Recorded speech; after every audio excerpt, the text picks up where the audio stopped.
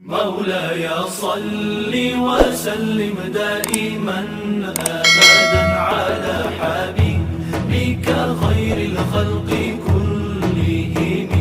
السلام عليكم ورحمة الله وبركاته.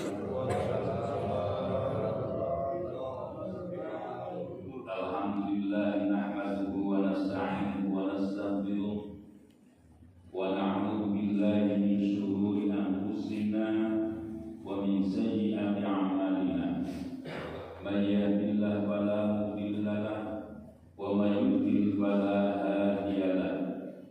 أشهد أن لا إله إلا الله وحده لا شريك له وأشهد أن محمدا عبده ورسوله لا نبي بعده. اللهم صل وسلم على سيدنا ومولانا محمد وعلى آله وأصحابه ومن تبعهم بإحسان إلى يوم القيامة. قال الله تعالى في كتابه الكريم: أعوذ بالله من الشيطان الرجيم. بسم الله الرحمن الرحيم. والعصر إن الإنسان لفي خسر إلا الذين آمنوا وعملوا الصالحات وتواصوا بالحق وتواصوا بالصبر. Yang saya hormati Bapak selaku Ketua BKM dan saudaranya, yang saya hormati Bapak Khatib selaku Imam dan sebagai tokoh masyarakat. Mudah-mudahan Allah senantiasa memberikan cucuran rahmatnya dan keberkahannya kepada mereka. Tidak lupa hadirin sifat taubat, bapak-bapak yang ada di masjid dan bapak ibu yang ada di rumah yang senantiasa menyimak bacaan ayat-ayat suci Al-Quran setiap pagi hari.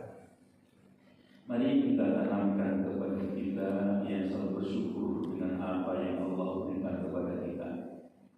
Salawat dan salam kami aturkan kepada junjungan Nabi Agung Nabi besar Muhammad Sallallahu Alaihi Wasallam yang telah membina umatnya dengan penuh rasa kasih sayang dan sudah barang tentu contoh-contoh yang patut kita ambil dalam kehidupan sehari-hari, baik itu kehidupan pribadi, keluarga, ataupun di dalam berbangsa dan bernegara.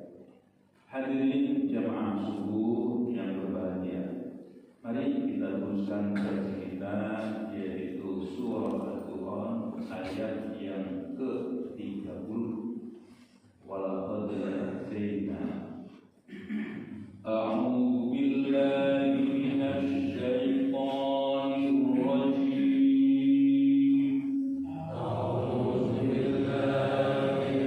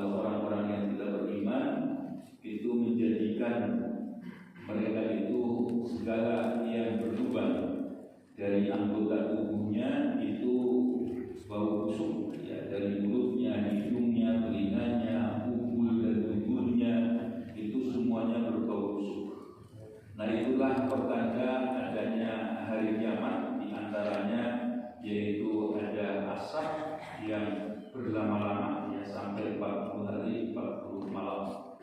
Ya, kalau kita artikan secara global, munculnya matahari yang semestinya dari timur dari barat dan terus bumi bergoncang dan seterusnya, itu menunjukkan bahwa alam itu sudah tidak bersahabat lagi kepada kita karena banyak dosa yang kita perbuat, maka mereka enggan untuk melayani kita, tidak mau untuk melayani kita orang-orang yang banyak berbuat dosa. Nah, disinilah perlunya pengingat, perlunya orang-orang yang mau mengingatkan. Kalau dibiarkan berbuat dolim, ya datanglah azab Allah Ta'ala.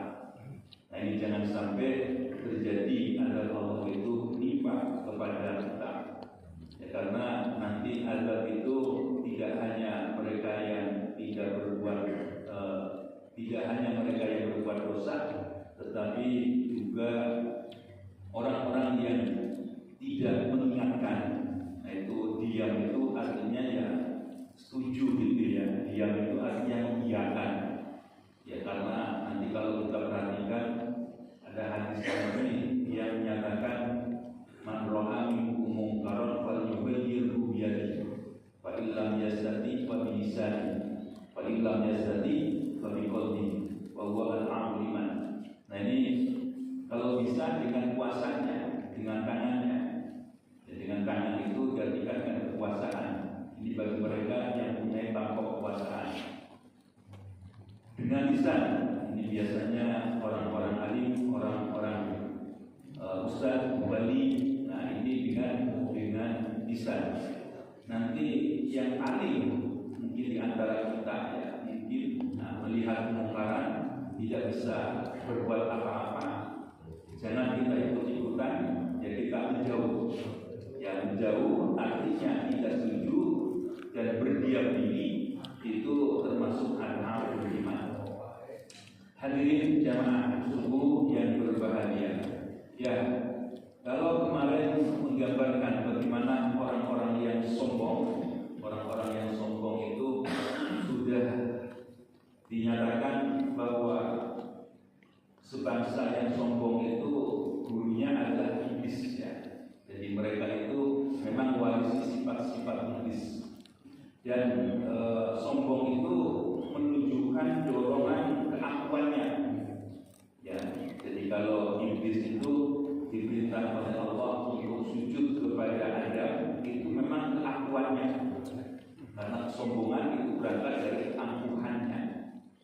Berbeda dengan Nabi Adam. Ketika Nabi Adam itu dilarang oleh Allah, wala taqrabu hadhihi syajarah fatakuna minadh dhalimin.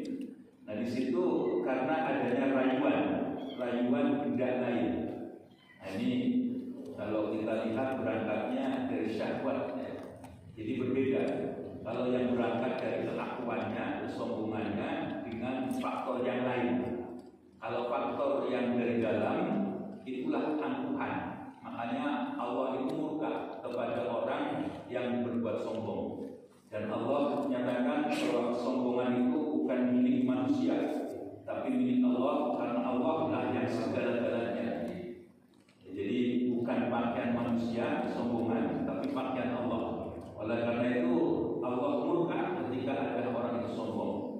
Dan pernyataan sombong itu jaminannya neraka itu sampai gambaran, yaitu orang yang dalam dirinya terdapat kesombongan walaupun sebiji zarrah. Jadi sekecil apapun yang menjadikan dia itu kesombongan, itu jaminan masuk neraka. Nah, inilah harus kita jauhi ya, jangan sampai ada kesombongan pada diri kita. Berbeda dengan Nabi Adam yang berbuat sesuatu karena faktor yang lain. Jadi ada iming-iming yang lain. Iming-iming di situ yaitu pernyataan engkau dengan makan buah kuldi maka engkau akan abadi. Jadi karena ada rayuan yang lain. Nah, inilah karena ada godaan yang lain. Jadi kalau kita lihat di beberapa pendapat ulama, kenapa Adam itu mempercayainya?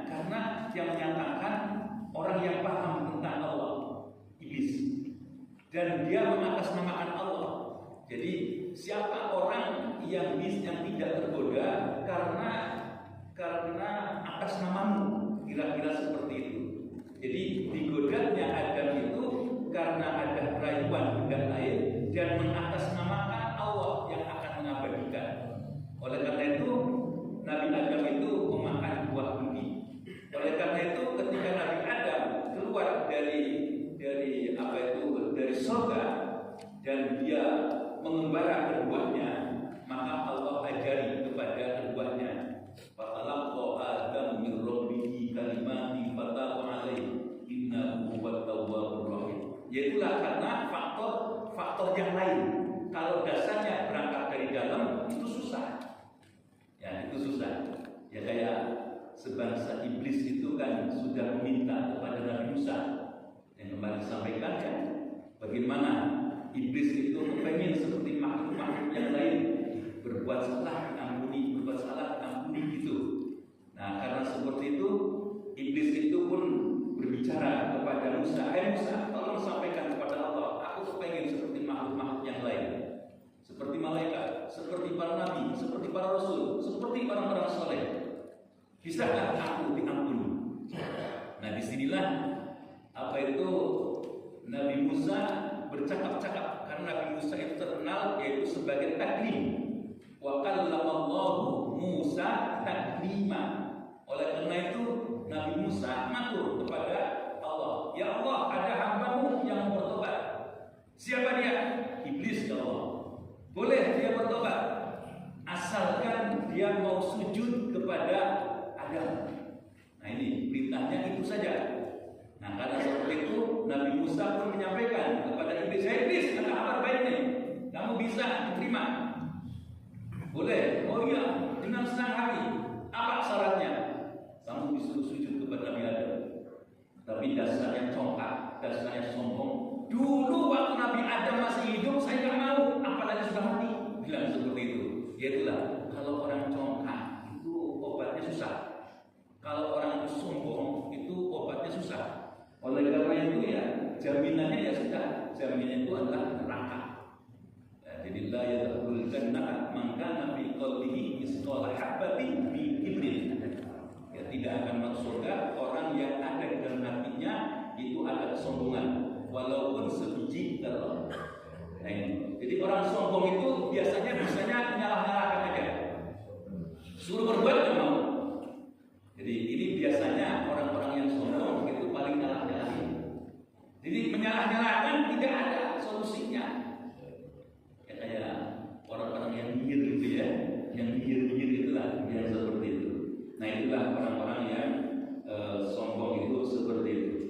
Ini ada beberapa gambaran. Kalau orang mukmin itu hidup di dunia itu menyiapkan diri. Makanya ada pesan pada zawwadu fa inna khairaz zadi taqwa. Itu orang mukmin. Hidup di dunia itu untuk mempersiapkan hari akhirat. Berbeda dengan orang-orang munafik. Kalau orang munafik itu tazayyun. Tazayyun itu menunjukkan keindahannya. Jadi aku berbuat seperti ini agar dipuji. Aku berbuat seperti ini agar dibilang apa dan sebagainya. Nah itulah kalau orang munafik. Berbeda dengan orang kafir. Kalau orang kafir itu menikmati kehidupan duniawi. Pokoknya di dunia itu dinikmati semua. Yang dilarang, yang nggak dilarang semuanya enak gitu, dienakin. Nah itulah bedanya ya. Makanya kalau orang mukmin itu mempersiapkan diri. Nah, kita punya harta, ada lebih. Oh, ada bangunan masjid. Seberapapun yang disetorkan untuk pembelian tanah itu termasuk orang yang mengadakan masjid. Seberapapun, jangan bilang aku cuma sedikit, jangan. Allah tidak melihat sedikit banyaknya, ya. Allah itu melihat ketulusannya. Dan ingat hadis Rasul, man bana lillahi masjidan banallahu lahu baitan fil jannah. Jadi membangun masjid itu dari mengadakan tanahnya, mendirikannya, ya di sana, terus mensiarkannya, itu hidup ruhnya, jiwanya. Nah itulah yang menunjukkan kehidupan ruhnya, itu jiwanya. Jiwanya apa? Pesan-pesan yang ada di dalam masjid. Mentakmirkan kita di dalam masjid.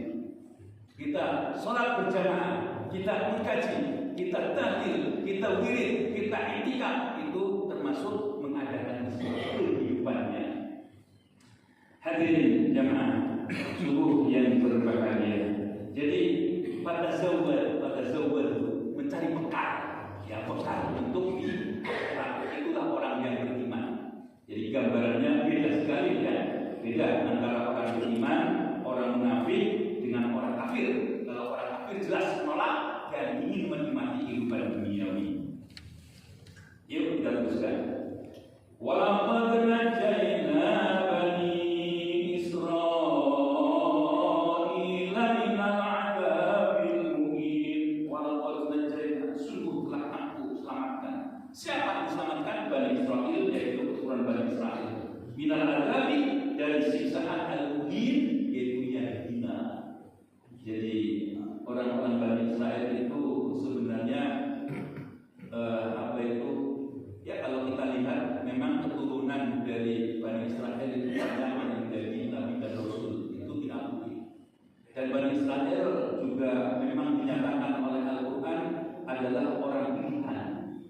Orang pilihan itu dari berbagai hal, ya dari segi bentuk tubuhnya besar-besar dulunya, dulu itu besar-besar, ya dari umurnya panjang-panjang, dan ada di antara mereka itu yang taat, yang awal pagi siangnya berjihad, malamnya diam-diam mulai, siangnya berpuasa, malamnya diam mulai dan sebagainya. Itulah gambaran orang-orang yang soleh-soleh yang berada di Bani Israil.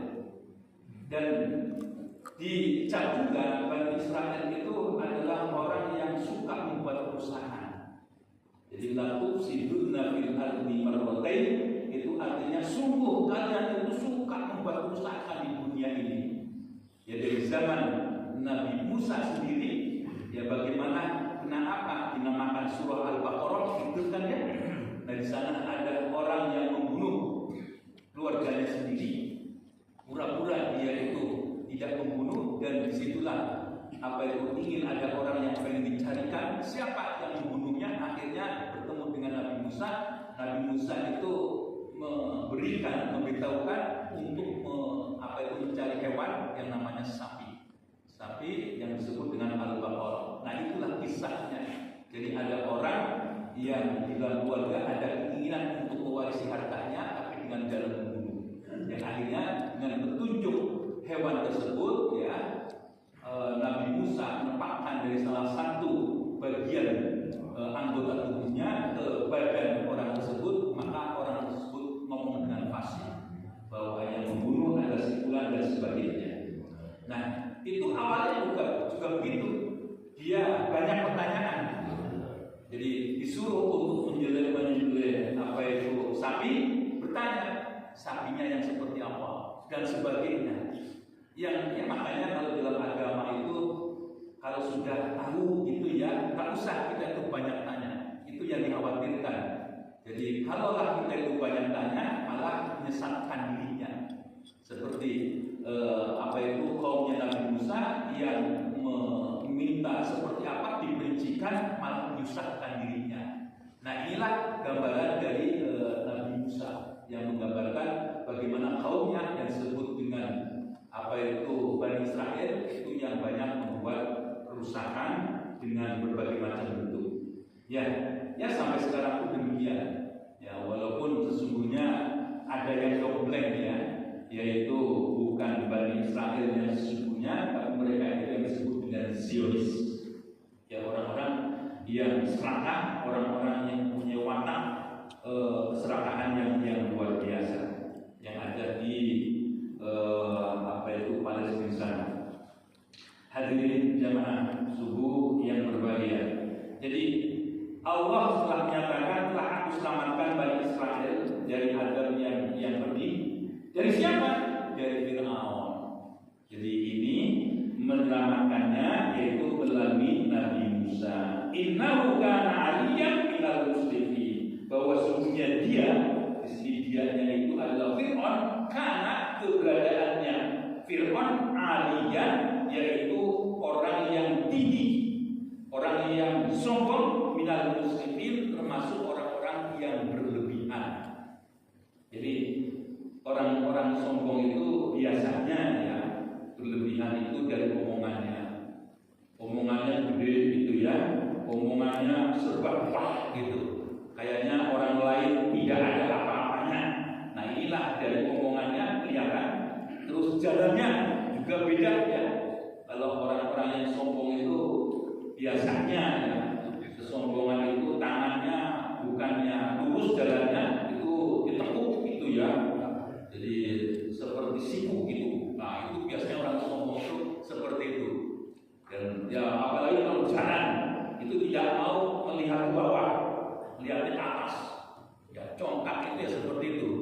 Makanya orang-orang yang sombong itu biasanya jatuh itu ya karena dirinya sendiri, tidak tahu ada lubang, makanya dia jatuh. Nah itulah orang-orang yang sombong itu digambarkan seperti itu. Ya jadi minal muslimin, orang-orang yang termasuk berlebihan. Nah ini pun Fir'aun demikian, diberikan kekuasaan oleh Allah sebagai raja, tidak cukup mengaku sebagai raja, tetapi dia mengaku sebagai Tuhan. Dan bahkan dia meminta untuk disembah. Ya, jadi inilah Fir'aun karena berlebihan, bukan sekedar dia itu menduduki jabatannya, tetapi dia menunjukkan bahwa aku Tuhan. Dari situlah dia harus berdialog, harus menghadapi Musa, Rasulullah yang ingin meluruskan Fir'aun. Walaqad intarnahum ala ilmin ala alamin. Walaqad intarna, dan telah aku pilihkan kepada mereka ala ilmin, atas pengetahuan ala alamin, atas segala jagat raya dari semesta ini. Dan Allah sudah memberikan pengetahuan kepada mereka. Pengetahuan-pengetahuan itulah yang semestinya diambil manfaatnya. Ya terutama kalau kita itu mempelajari ilmu, itu ada ilmu yang utama, yaitu akidah ya. Akidah, ilmu Allah. Nah itulah yang harus kita pelajari, yang paling utama. Ya kalau kita itu sudah tertanam akidahnya benar, maka langkahnya pun insya Allah itu akan benar. Baik itu dalam kehidupan duniawi ataupun di dalam kehidupan ukhrawi, itu insya Allah akan lurus. Ya kalau akidahnya sudah benar. Nah kalau sudah akidahnya sudah benar, baru kepada masalah ubudiyah, masalah peribadatan. Nah inilah yang harus kita jalani. Atau dua-duanya jalan gitu ya. Ya karena biasanya ada orang yang pengen cepat, pengen tahu, makanya dia boleh dua-duanya. Ilmu agama itulah yang diutamakan. Wa atainahum minal ayati ma fihi bala'un mubin. Wa atainahum, dan aku berikan kepada mereka minal ayati, dari pertanda-tanda ayat Allah, ma fihi, yang ada di dalamnya, bala'un mubin, yaitu ujian-ujian yang nyata. Ya, jadi kalau di dalam beberapa terjemahan yang lain itu bala itu ya dinyatakan sebagai ujian, ada juga yang memberikan makna nikmat Allah. Ya dalam beberapa tafsir itu ada yang menyatakan nikmat khusus pada ayat itu. Jadi kalau dari kita itu begini, wa atainahum, dan aku datangkan kepada mereka minal ayati, dari pertanda-tanda, ya, jadi banyak pertanda Allah, mafihi, di dalamnya, yaitu apa? Kenikmatan-kenikmatan. Ada yang menyatakan seperti itu, ada juga bala'un, ujian-ujian. Dan biasanya kalau kita artikan ujian itu semestinya sih kedua-duanya ya, yaitu bentuk pengurangan rezeki ataupun penambahan rezeki, pencopotan jabatan ataupun pemberian jabatan, itu sebenarnya suatu nikmat, ya suatu ujian semua. Makanya di sana ada yang mengartikan kenikmatan. Jadi kenikmatan ini disampaikan kepada orang Bani Israel itu banyak sekali.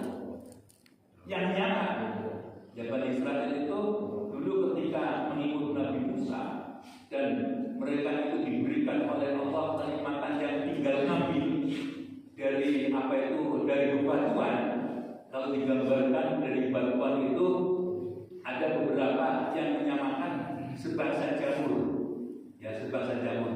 Sebangsa jamur itu kan sebenarnya mempunyai apa itu vitamin ataupun bisa memenuhi kebutuhan manusia. Nah, ketika Bani Israel itu diberikan oleh Allah nikmat yang begitu mudah untuk mengambilnya, untuk memasaknya, kan jamur itu nggak susah untuk masaknya. Nah, sampai seperti itu, terus dia bilang, "Hai Musa, apakah tidak ada nikmat yang lain? Seperti orang-orang Mesir dan sebagainya." Dibilangnya seperti itu. Karena pernyataan Bani Israel yang terus-terusan, kalau begitu ya sudahlah, kamu nggak usah ikut saya.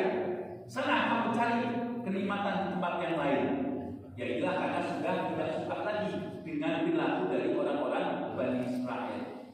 Ya, jadi orang-orang Bani Israel yaitu seperti itu, membuat kerusakannya itu tidak mau mensyukuri dengan apa yang Allah berikan. Nah, oleh karena itu mereka itu banyak ujian yang harus disampaikan kepadanya. Inna ulai la yaqulun. Nah, yang seperti itulah mereka yang menyatakan, sungguh mereka itu benar-benar katakan, in hiya illa mautatuna al-ula wa ma nahnu bimunsyarin. In hiya, kalau dia illa mautatuna, kecuali kematianku al-ula yang pertama, wa ma nahnu bimunsyarin, dan aku ini tidak akan dibangkitkan. Nah, ini kalau orang-orang kafir itu kan sangkanya gitu ya, sangkanya dia itu tidak akan dibangkitkan. Jadi kalau sudah mati ya sudah hancur gitu. Ini kalau kita lihat di beberapa ayat yang berkaitan bangkitnya manusia di era mahsyar, itu kan orang-orang jahiliyah itu suka menggali tanah, terus menunjukkan di sana itu ada mayat, terus ditunjukkan kepada Rasul. Hai Muhammad, sudah jadi seperti ini, terus mau dibangkitkan kembali, kira-kira seperti itu. Itu orang-orang jahiliyah itu sampai seperti itu, saking bodohnya, karena tidak mempunyai keimanan. Jadi bagaimana mungkin yang sudah dari tanah akan dihidupkan kembali? Ini hanya dibalas oleh Nabi, ya, banyak bukti-bukti. Apakah kamu tidak berpikir awal kejadianmu? Dari mana engkau keberadaannya sehingga wujud seperti ini? Nah, itulah dibalikan seperti itu, dia tidak bisa menjawab apa-apa. Jadi kalau Allah mengadakan aja bisa, apalagi mereproduksi. Sudah jadi didaur ulang, gampang. Ya kan? Membuat plastik itu kan susah. Untuk mendaur ulang plastik itu kan mudah. Hanya mencari alat pemanas dan pencetak. Ya sudah. Tidak seperti pada awalnya. Bagaimana unsur-unsur apa sehingga terbentuk seperti ini dan sebagainya, perlu kajian dan sebagainya. Itulah kira-kira seperti itu. Jadi disuruh untuk berpikir bagaimana kalian diciptakan awalnya. Ya, kalau dari kelihatan yang dekat, yaitu barang yang tidak berharga, ya, di sana disebut dengan sperma, ovum dan sebagainya. Nah, itu tidak berharga, tapi kenyataannya bisa berbentuk manusia dan sebagainya. Nah, itulah disuruh berpikir dari awalnya seperti apa. Fatu bi'abaina in kuntum shadiqin. Fatu, maka datangkanlah bi'abaina, dengan nenek moyang kita, in kuntum shadiqin, apabila kalian itu benar. Diteruskan lagi, Abu khairun amqaumun tubba'in walladzina min qablihim. Apakah mereka itu yang terbaik atau orang-orang yang disebut dengan tubbah? Tubbah itu kalau diartikan yang diikutkan. Jadi orang-orang yang lama itu ya, yang diikutkan. Walladzina min qablihim, dan orang-orang yang sebelumnya, ahlaknahum, yang telah aku binasakan, innahum kanu mujrimin, bahwa sesungguhnya mereka itu orang-orang yang banyak dosanya. Ya, jadilah untung ya Pak ya, kalau umat-umat terdahulu sebelum Nabi Muhammad, kalau orang itu berbuat dosa, maka azab itu langsung cash, langsung kontan. Itu kalau zaman dahulu, ya. Jadi bedanya umat Nabi Muhammad dengan umat-umat yang sebelumnya. Kalau umat yang sebelumnya ketika orang berbuat dosa maka sana diberikan azab kontan. Berbeda dengan Nabi Muhammad, ya ini kan sudah digambarkan ya, ketika Nabi Muhammad itu berada di Taif, ketika Nabi Muhammad ditimpukin, dari sana sampai Nabi Muhammad itu berdarah, tapi untung darahnya itu tidak berceceran sampai ke tanah, karena sayangnya Rasulullah itu walaupun berperang itu darahnya dijaga, karena nanti para malaikat tidak ada yang rela kalau darah Rasulullah itu berjatuhan di atas tanah, maka Rasulullah itu walaupun perang seperti apapun dia menjaga darahnya, khawatir kalau malaikat marah. Nah begitu juga ketika Nabi Muhammad diikuti oleh orang-orang Taif, di situ malaikat Jibril datang mau diapakan umatmu ini, malah Nabi Muhammad berdoa, Allahumma bi qaumi wa innahu la ya'lam. Jadi ya Allah ya Rabbi, mereka itu berbuat seperti ini karena mereka tidak tahu.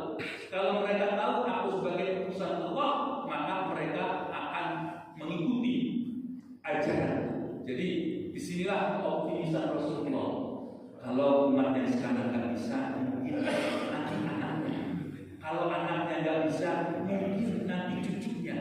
Kalau tidak bisa cucunya, mungkin nanti buyutnya dan sebagainya.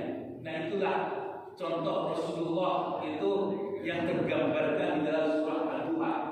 Walal akhiratu khairul laka minal ula. Bahwa kehidupan akhirat itu diartikan bergenerasi-generasi, berabad demi abad. Nah itulah artinya. Ya kayak sekarang itu kan gelombang mu'alaf itu tidak hanya di Indonesia, di luar negeri itu orang masuk Islam itu setiap harinya itu berbondong-bondong. Bahkan ada di satu gereja itu dia itu menyatakan keislamannya bareng-bareng ya. Itu banyak ya gelombang gelombang menjadi mu'alaf. Ini sebenarnya juga kalau menurut beberapa tafsiran para ahli ulama, sebenarnya ini adalah pancaran bagaimana nur yang muncul dari Masjidil Aqsa itulah memberikan hidayah kepada orang-orang mu'alaf ya, sehingga mereka itu masuk Islam.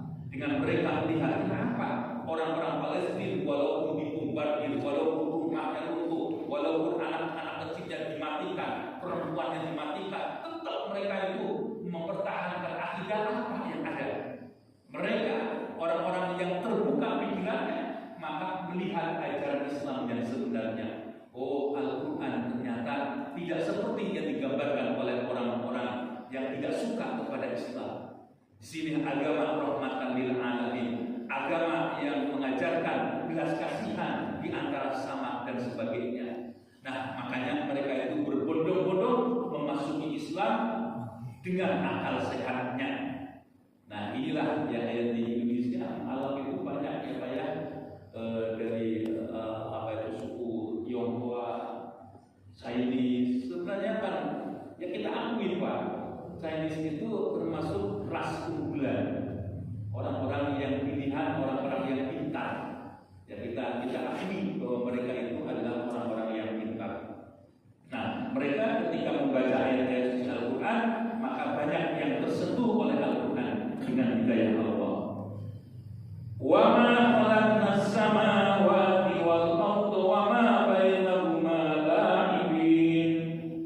Wa ma khalaqna, dan tidaklah aku ciptakan as-samawati, yaitu langit, wal arda dan bumi, wa ma bainahuma, dan ada di antara keduanya la'ibin, main-main. Jadi artinya Allah ciptakan langit dan bumi serta seisinya itu mempunyai makna, mempunyai arti, bukan senda gurau, ya, bukan senda gurau. Jadi kemarin kalau kita perhatikan orang-orang yang senda gurau, orang-orang yang suka banyak bercanda tentang akidah, bercanda tentang ibadah, itu sebenarnya mereka yang ragu kepada keberadaan Allah. Maka mereka itu bercanda. Ya kayak para dukun itu sebenarnya bercanda Pak. Jadi dia mempermainkan ritual, mempermainkan Tuhan, mempermainkan segala-galanya. Ya karena mereka tidak yakin keberadaan Allah. Karena dalamnya itu ada keraguan, maka mereka itu mempermainkan. Ya ingin menyesatkan, ingin membuat kegaduhan. Nah itulah mempermainkan itu seperti itu. Tapi kalau dukun itu lebih banyak membuat gaduh. Ya kalau dukun itu membuat gaduh. Wa ma khalaqnahuma illa bil haqqi walakinna aktsarahum la ya'lamun. Wa ma khalaqnahuma, dan tidaklah aku ciptakan keduanya illa bil haqq, kecuali memang benar-benar itu ciptaan Allah. Walakinna aktsarahum la ya'lamun. Akan tetapi kebanyakan orang yang sudah dibeberkan langit dan bumi serta seisinya adalah ciptaan Allah, mereka itu malah tidak tahu. Ya, jadi sudah diberikan pemberitaan baik itu dalam Al-Quran yang disebut dengan dalil nakli ataupun hadis Rasul, disebut juga nanti ditemukan para ilmuwan yang adanya sesuatu tidak mungkin terwujud dengan sendirinya, dan di sana pasti ada yang mewujudkan. Oleh karena itu, disitulah yang disebut dengan dalil akli, dalil menurut pendapat manusia. Nah, sudah dijabarkan seperti itu, tetap mereka itu tidak mau mempercayainya. Lebih dari itu, inna yaumal fasli miqatuhum ajma'in. Inna yaumal fasli, bahwa nanti ada hari pemutus. Al-fasli itu sebenarnya fasli itu bisa jadi kelas atau pemisah-pisah gitu ya, atau pemutus. Nah kalau di sini pemutus, miqatuhum ajma'in, di sana ada waktunya. Ya, ada waktunya. Nanti penentuannya, ya penentuan itu nanti banyak ya langkah-langkahnya. Kita harus melalui pertimbangan. Jadi kalau yang melalui pertimbangan itu di dalam beberapa penjabaran hadis ataupun pendapat utama itu akan dicicipi neraka ya. Icip neraka. Jadi kalau orang ditimbang itu pasti icip neraka. Ada yang dilalui. Berbeda dengan syuhada. Ya, orang-orang para nabi, para rasul, para syuhada itu beda. Tanpa hisab, ya, tanpa perhitungan. Oleh karena itu yang dijamin ya langsung. Nah, itulah mereka. Ya. Jadi ada waktunya nanti. Yauma la yughni maulan am maulan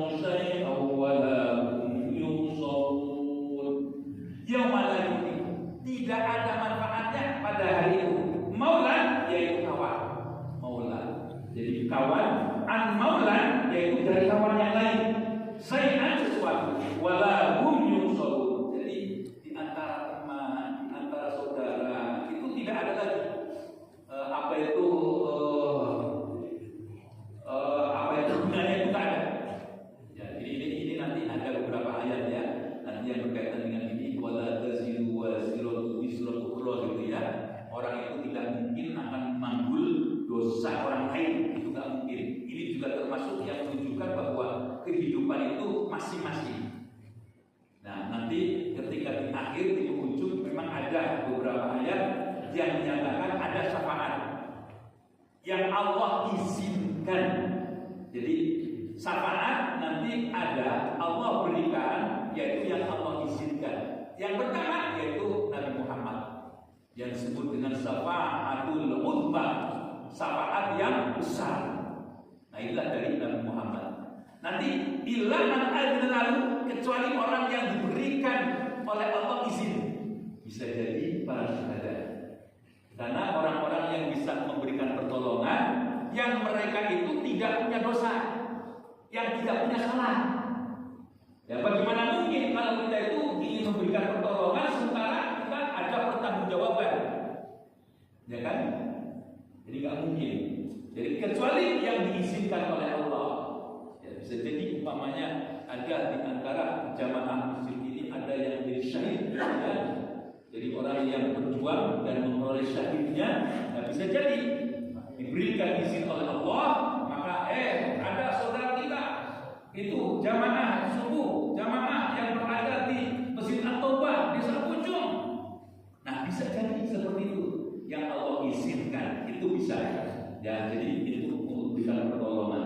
Illa man rahimallah, kecuali orang-orang yang Allah belas kasihani. Innahu huwal azizur rahim. Innahu, bahwa sesungguhnya dia juga dia zat yang maha perkasa, yang kuat, Ar-Rahim, dan zat yang mempunyai belas kasihan. Nah, itulah yang kita sampaikan pada hari ini. Yang benar dari Allah, yang salah dari saya semata. Bila bisa bikin hak, pasti